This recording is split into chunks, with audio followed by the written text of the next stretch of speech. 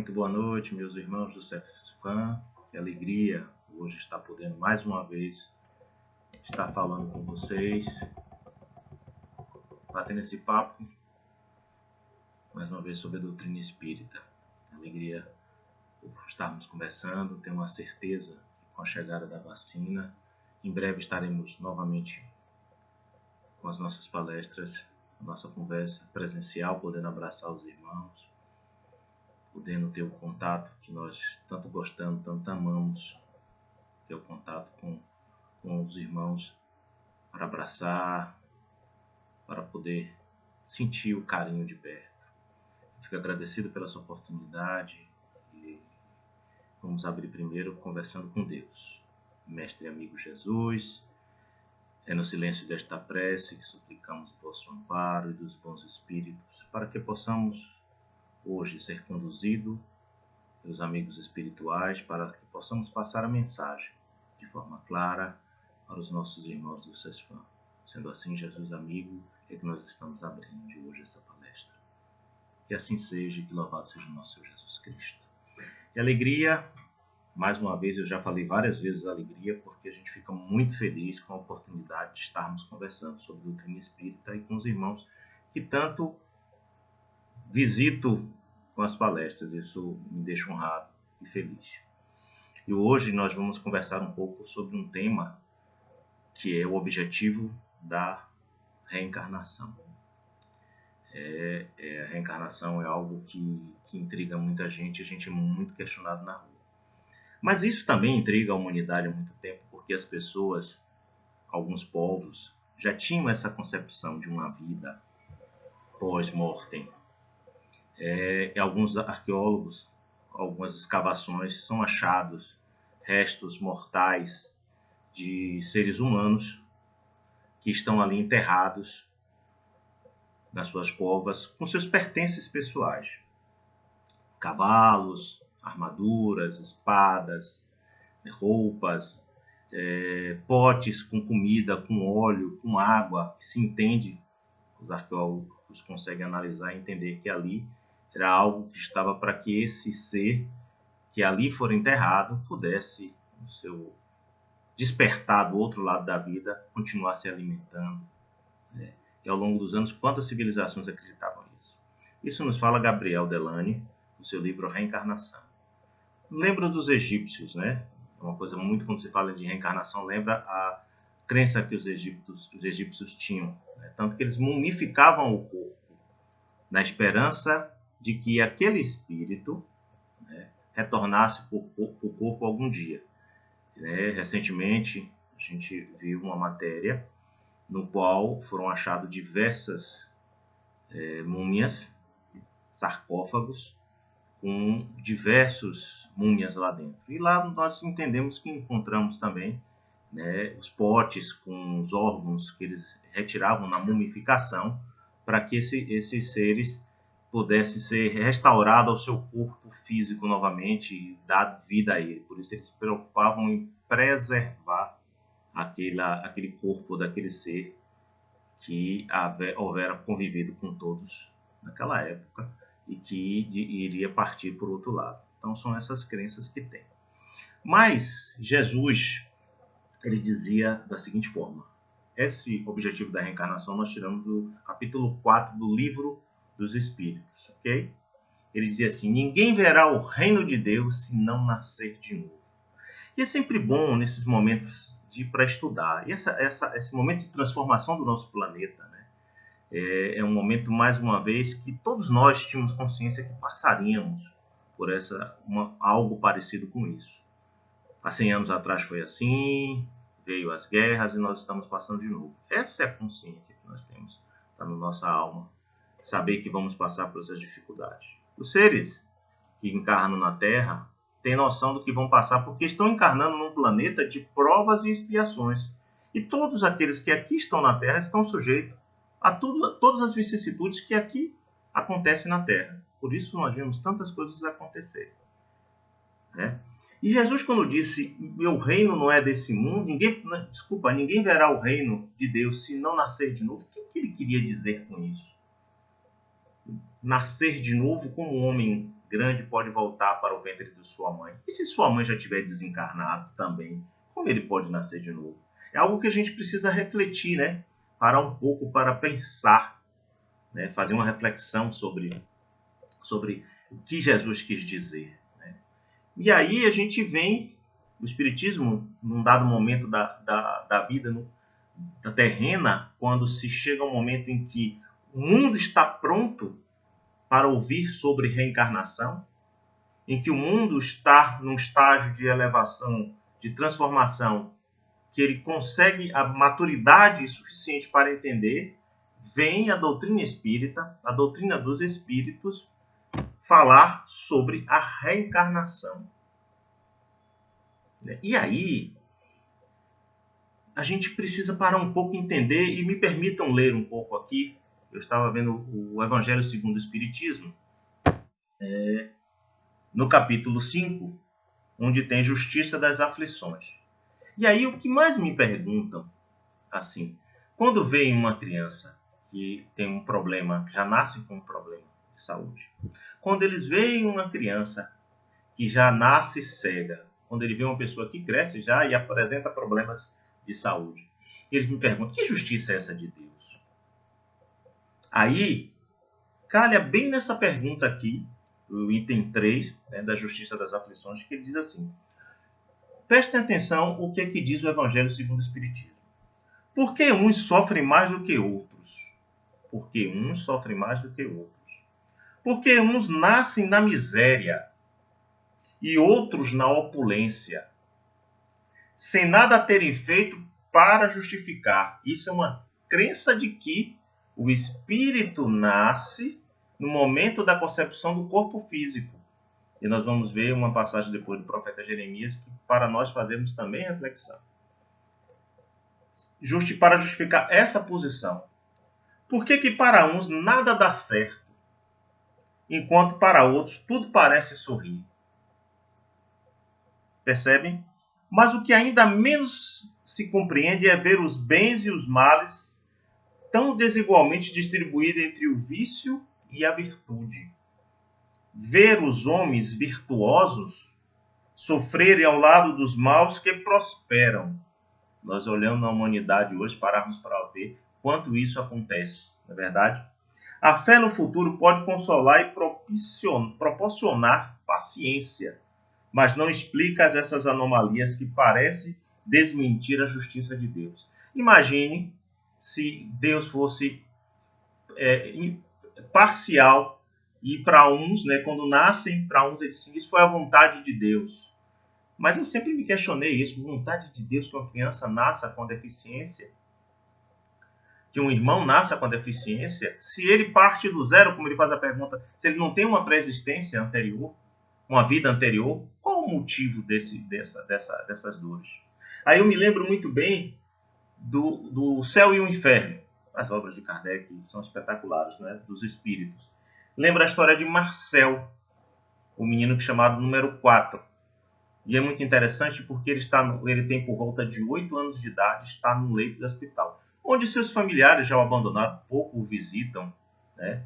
E um médico fica impressionado com a tamanha inteligência dessa criança. Uma criança de 8 anos de idade, 10 anos de idade, com uma inteligência muito grande, mas que está ali com as pernas atrofiadas, com a doença que naquela época não se conseguia diagnosticar, com feridas no rosto, gemidos à noite. Ele gritava de dor e o médico medicava-lhe com remédio que ele acabava dormindo. Aí um dia o médico se interessava porque ninguém o visitava e começou a dar mais uma atenção maior, um carinho maior para ele.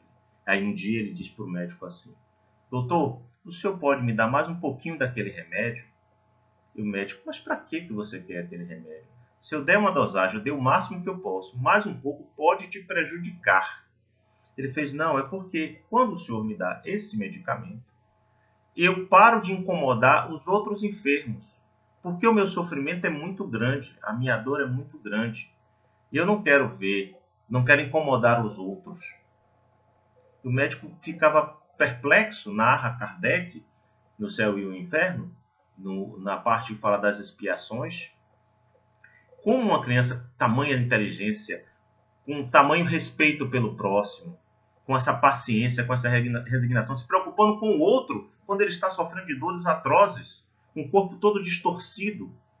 Então, depois que essa criança parte para o mundo espiritual, ele é convocado na sociedade parisiense para falar.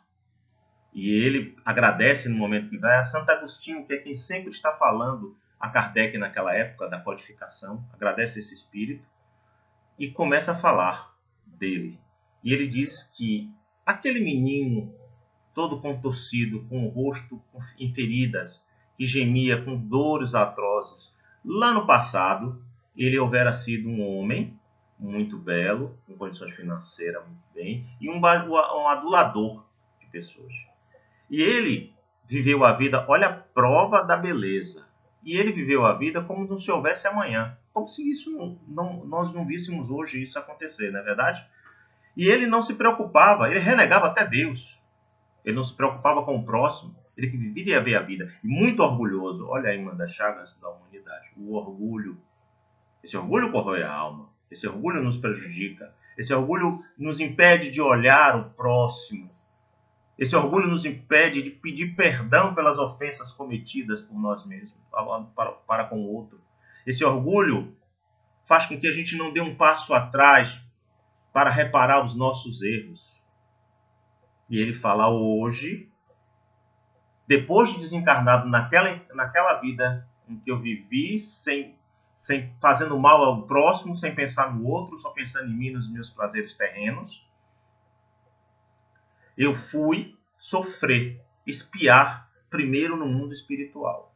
Logicamente que um espírito dessa magnitude, onde ele vive dessa vida desenfreadamente, ele acaba indo para uma zona não muito agradável, que nós espíritas conhecemos como um umbral, uma zona de sofrimento e de dor, que o espírito vai porque ele construiu isso no longo do seu livre-arbítrio que esteve aqui na Terra. E ele diz que depois de sair dessa vida, ele teve mais uma reencarnação, depois de se arrepender, de passar o processo de sofrimento no umbral, e foi muito doloroso, segundo o Marcel. Ele voltou a reencarnar na Terra. Desta vez, ele reencarna como um mendigo, no qual ele precisa passar pela mendicância por muito tempo e desencarna já muito idoso. Essa era a expiação dele. Então, ele usou o mau livre-arbítrio, usou os benefícios que lhe foi dado, poderia ter usado em prol do próximo, mas ele usou de uma forma e ele voltou pela uma expiação a pagar. Depois de desencarnado, um dado tempo, ele disse que pela misericórdia de Deus, desse menino Marcel era a reencarnação que ele pediu para passar, para depurar todos os atos que ele fez no passado. Ação e reação. Precisamos reparar o que fizemos no passado? Sim. Nós precisamos ter o reparo dos nossos erros do passado. E nós reparamos não naquele sistema olho por olho, dente por dente. Ou seja, eu matei, eu preciso também ser morto por aquela pessoa. Não. Não existe esse elo da corrente. Se eu prejudiquei muitas pessoas, eu volto hoje para dar o exemplo como esse menino de resignação. Eu posso hoje, se eu tirei no passado muitos filhos, deixei órfãos, se eu não cuidei dos meus filhos, que hoje, nessa encarnação, eu possa cuidar do filho dos outros, ou que eu tenha a oportunidade de reparar aquilo que eu tirei de muitos irmãos que ficaram da minha tutela e responsabilidade do passado, como familiares, como aqueles que eu tinha responsabilidade. Olha os governantes as responsabilidades que têm de reger uma nação. Eles serão cobrados pela responsabilidade que foram dados. Foi dada agora. Então, ele fala que ele voltou como essa criança. Aí já foi uma expiação que ele escolhera. Mas qual a expiação e a prova que nós não escolhemos? Não é verdade? Porque quando nós temos o livre-arbítrio, fomos criados simples e ignorantes. Passamos por estágios da vida, temos o livre-arbítrio. O que nós estamos hoje fazendo é o que será o reflexo do nosso amanhã, como hoje é o reflexo do ontem. Então, observe um pouco as situações que nós convivemos, o que nós passamos, para entender o que fizemos no passado. Se vocês querem saber, se eu quero saber o que eu fiz no passado, não tenho a menor ideia do que eu fiz, eu não quero nem saber do que eu fiz no passado. Mas é uma coisa muito importante.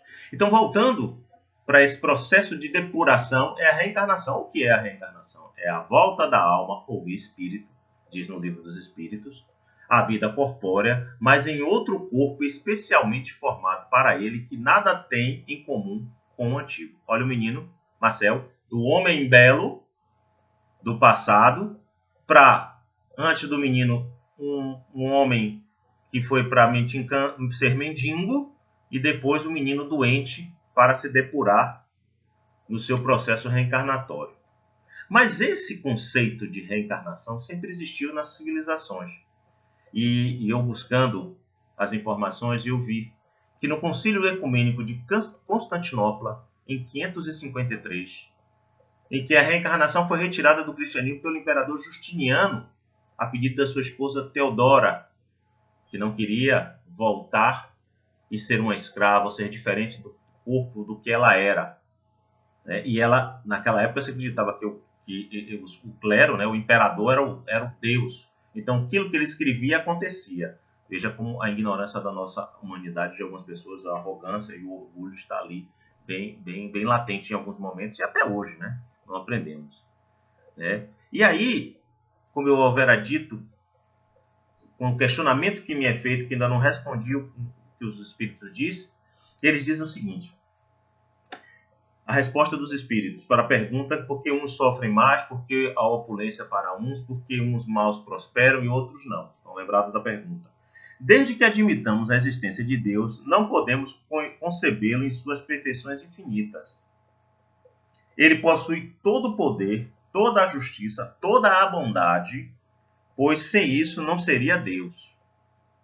E se Deus é soberanamente bom e justo, não pode agir por capricho ou por parcialidade. As vicissitudes da vida têm, então, uma causa, e como Deus é justo, essa causa deve ser justa. Então, Deus não tem nada a ver com as provas e as expiações nas quais nós passamos. Pelo livre-arbítrio, criado simples e ignorante, partindo do zero, toda a trajetória de vida nossa foi pelo nosso livre-arbítrio. Por isso, o profeta Jeremias é dito no capítulo 1, versículo 5, diz o seguinte: antes eu te formasse no ventre materno, eu te conheci. E antes que saísse do ventre da madre, te consagrei e te constituí profeta nas nações. Pense, raciocine, antes que formasse no ventre materno. Antes que eu te formasse no ventre materno. Então significa que havia uma existência anterior, Então, o materialista, ele acredita que a existência da alma é no momento em que se faz o corpo, e depois ela não tem uma existência anterior. E depois, quando o corpo finda-se, o espírito também não existe mais essência espiritual. O ser acaba quando morre. Então, a grande pergunta é, então, para que ser bom? Para que se preocupar tanto com a vida se você vai morrer e acabou?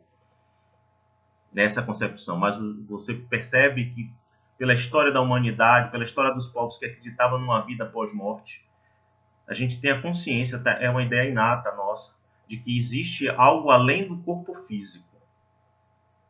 Essa ideia foi que levou muitos povos a, nas suas cerimônias fúnebres, trazer todo o aparato para que aquela pessoa que estava desencarnando pudesse viver com todos os seus aparatos, todos os seus pertences particulares, numa outra existência, tá? E no Livro dos Espíritos diz assim: Deus criou todos os espíritos, como eu havera dito, simples e ignorantes, ou seja, sem conhecimento.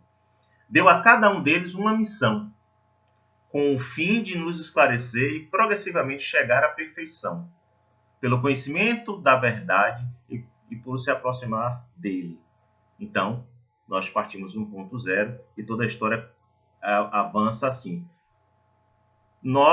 Alguns espíritos avançam mais do que outros, é pelo seu esforço próprio. Não vem alguém mais inteligente do que o outro. Cada encarnação é uma história feita, ela é escrita. Na maioria de nós, a maioria dos nossos casos, nós escolhemos as provas e as expiações nos quais estamos aqui. A maioria de nós escolhe. Elas são dentro daquelas necessidades que estamos prontos, nesse instante que estamos reencarnados, para passar, para darmos um salto de evolução.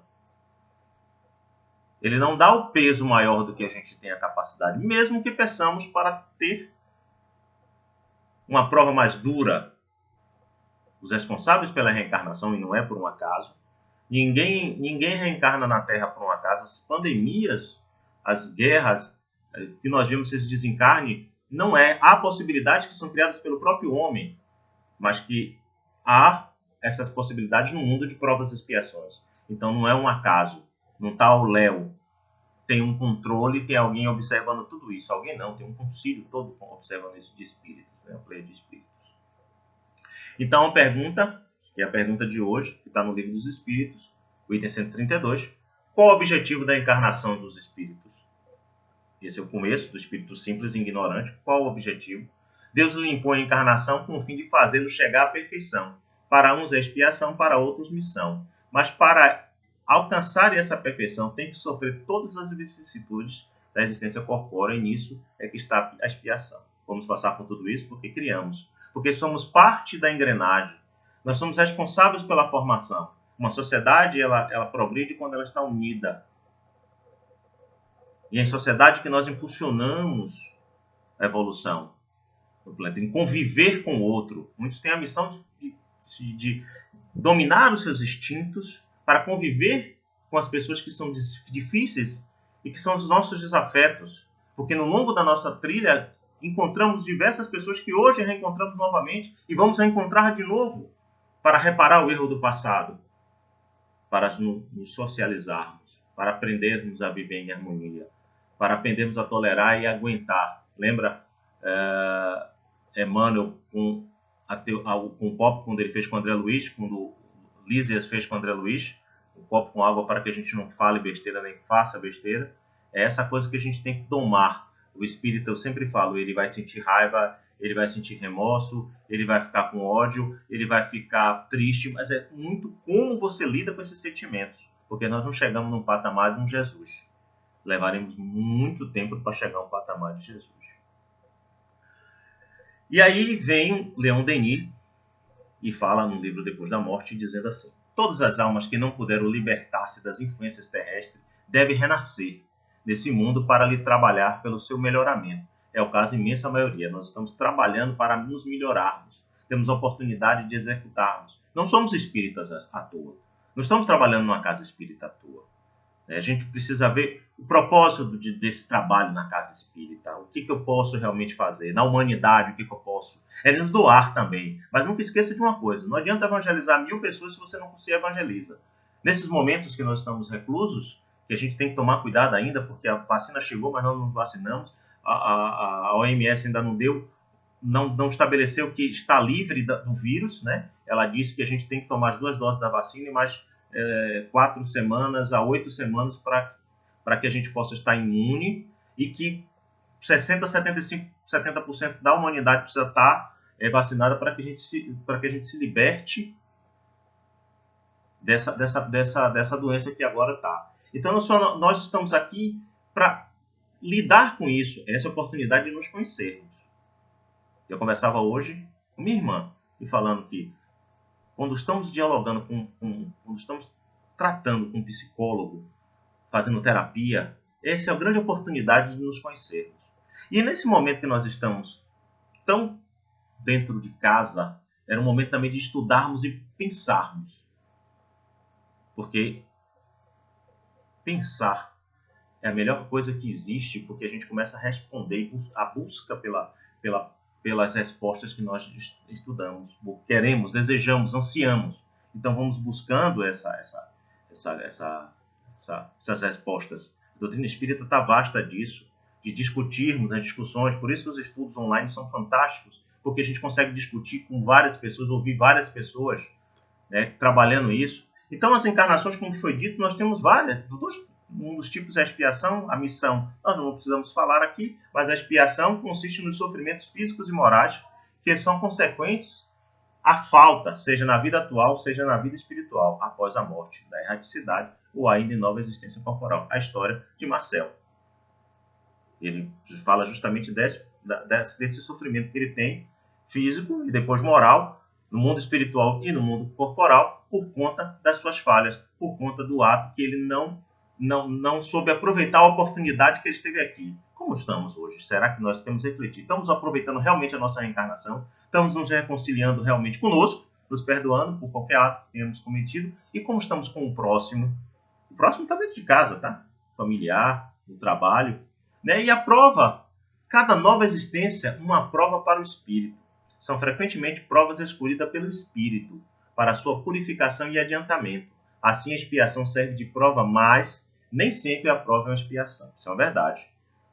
Porque você pode ter uma prova e que pode se transformar numa expiação, por exemplo, quando você come demais e você tem uma doença, quando você não se cuida da saúde, quando você faz algo em excessivo, quando você bebe demais, quando você não cuida do seu pulmão, quando você não se alimenta direito também, você está infligindo ao seu corpo a uma doença que pode vir por falta ou por excesso. Então você está infligindo uma expiação. Então da prova passou a ser uma expiação. Mas nunca uma expiação será uma prova. Né? É o que diz no livro dos Espíritos. Então, agora a pergunta da noite. Qual o objetivo com a reencarnação?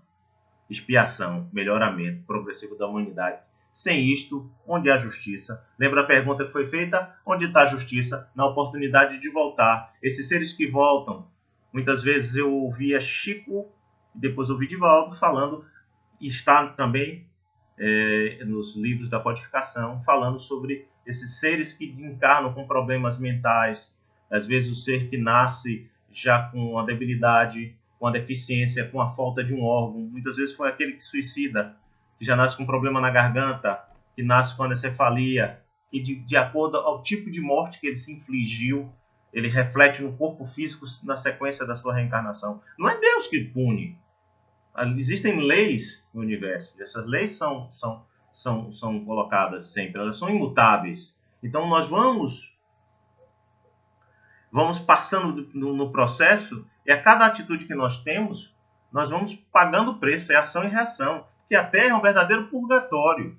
É preciso nascer e sofrer para despojar-se dos seus vícios, para pagar as faltas ou crimes do passado. Daí as enfermidades cruéis, aos longos dolorosas doenças, a perda da razão.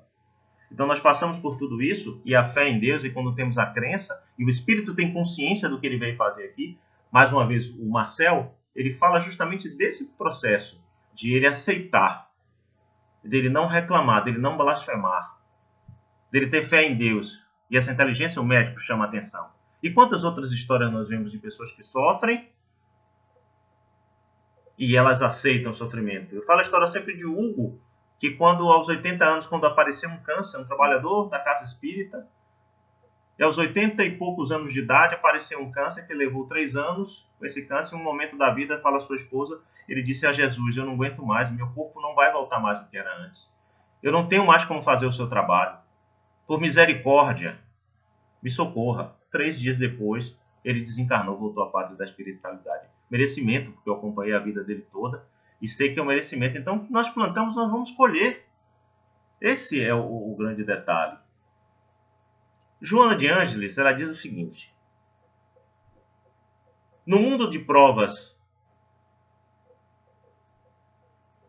nos mostra Joana de Ângeles, no livro Plenitude, os sofrimentos são vistos como instrumento de educação e progresso espiritual. Olha, educação e progresso espiritual. Quando conseguimos vencer as dificuldades, damos um passo consistente para progredir, fundamental para o nosso desenvolvimento espiritual, ambicionados por todos os espíritos encarnados no mundo material.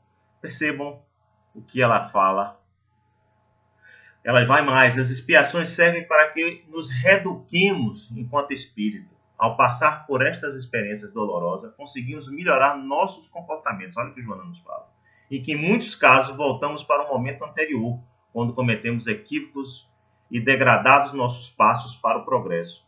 Como um suicida, que ao se entregar aos deslizes do suicídio engendra dores imensas em seu caminhar para este, as expiações servem para reconstruir o caminho perdido anteriormente. Olha, quando nós vemos uma criança nascer com deficiência, tem um porquê na existência anterior. Normalmente é assim. Então, nós temos também, na doutrina para os principiantes, ele fala também da reparação. Né? Se praticarmos o mal, teremos que arcar com as consequências. Por isso, a reencarnação funciona como resgate corretivo. Muito bom isso. Aprendizagem. Com as numerosas experiências que a vida nos proporciona na Terra, educaremos os nossos sentimentos, nosso coração, do mandamento maior. Educar os nossos sentimentos, entender o que é verdadeiramente amar, amar ao próximo. Porque hoje as pessoas não estão conseguindo entender os seus sentimentos com relação a um parceiro ou uma parceira e acabam achando que são donos e matam. E quando, na verdade, o verdadeiro amor puro, ele liberta.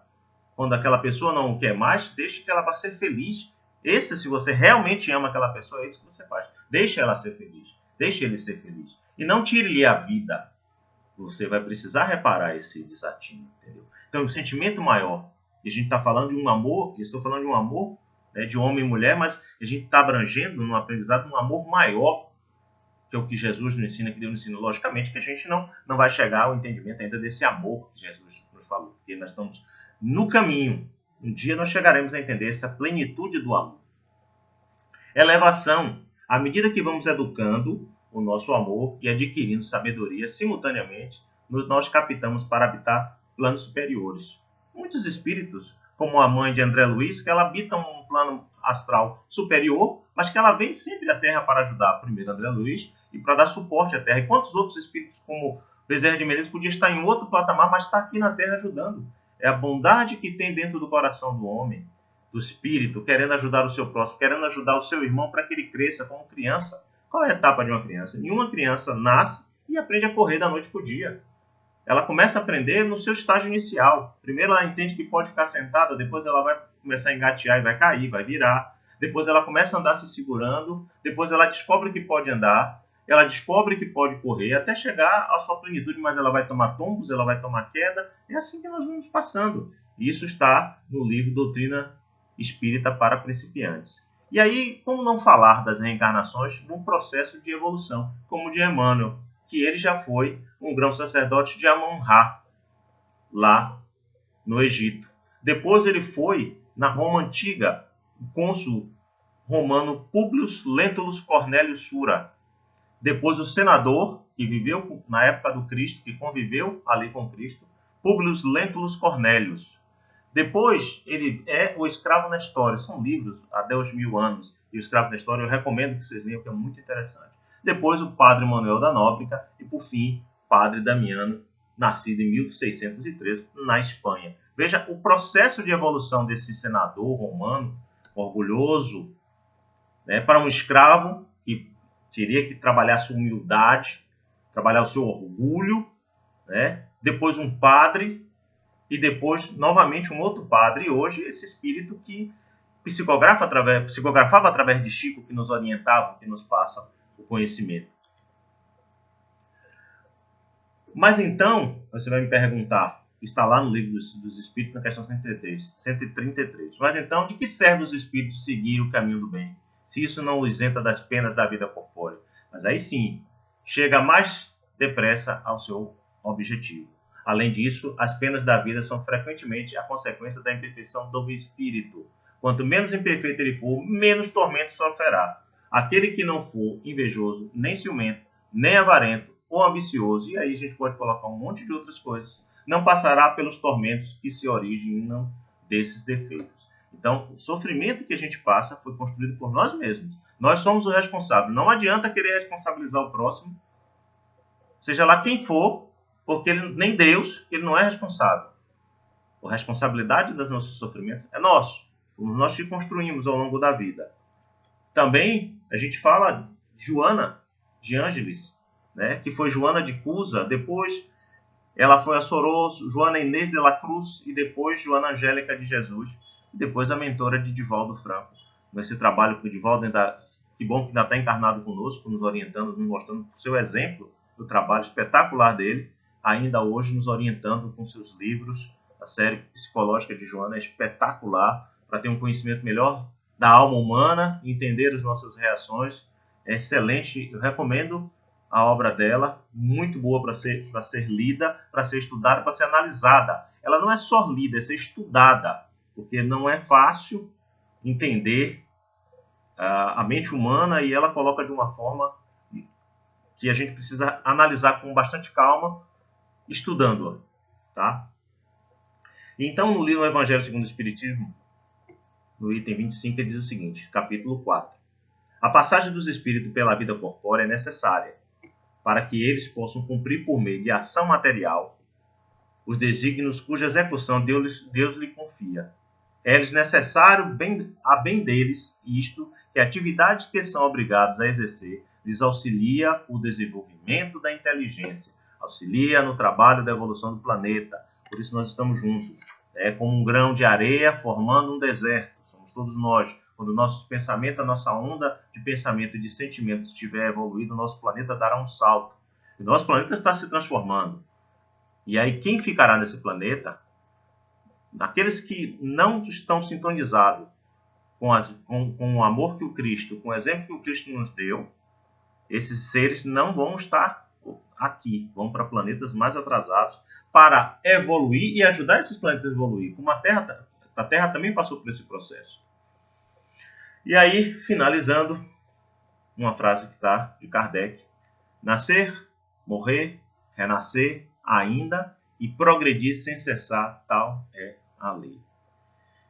Bom, meus irmãos, a gente trabalhou muito com o céu e o inferno, com o Evangelho segundo o Espiritismo, com o principiante espírita, o espírita para principiante, doutrina espírita para principiante, o livro dos Espíritos. Nós vamos buscar também com Leon Denis, Após a Morte.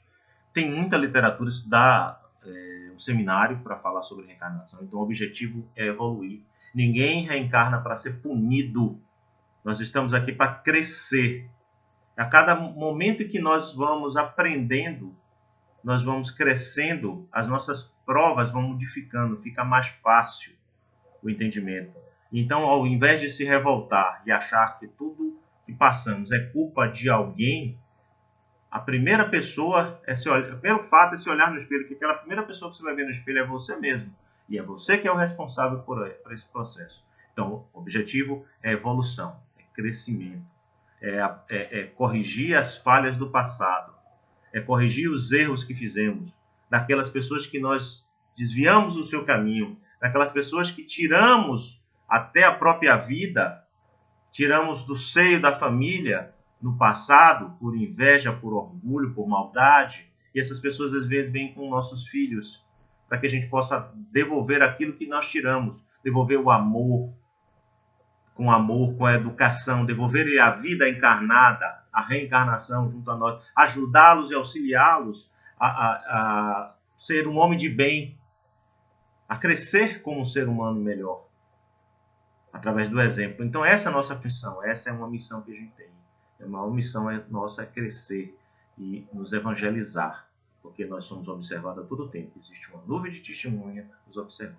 Então, que Jesus nos abençoe a todos vocês. Muito feliz pelo convite mais uma vez. Muito obrigado, Nolai, por essa oportunidade de conversarmos nessa noite. Que Jesus abençoe a todos vocês. E fique a lição em que a gente possa estudar um pouco mais a doutrina espírita. Parar, analisar e pensar. As respostas estão na nossa frente, a nossa mão, para um entendimento melhor. No diálogo, através dos estudos, podemos esclarecer as nossas dúvidas, com muitas cabeças pensando, sempre melhor do que uma. Então, Jesus abençoe a todos. Muito obrigado pela essa oportunidade. Eu fico muito feliz quando sou convidado para conversar sobre doutrina espírita com você. Jesus abençoe a todos. Vamos agradecer ao Mestre, amigo Jesus, seus espíritos amigos que nos deram assistência de hoje, para que possamos continuar o nosso trabalho, nos estudos, e que podamos continuar conversando. Jesus abençoe a todos, muito obrigado, uma boa noite a todos, fiquem com Jesus.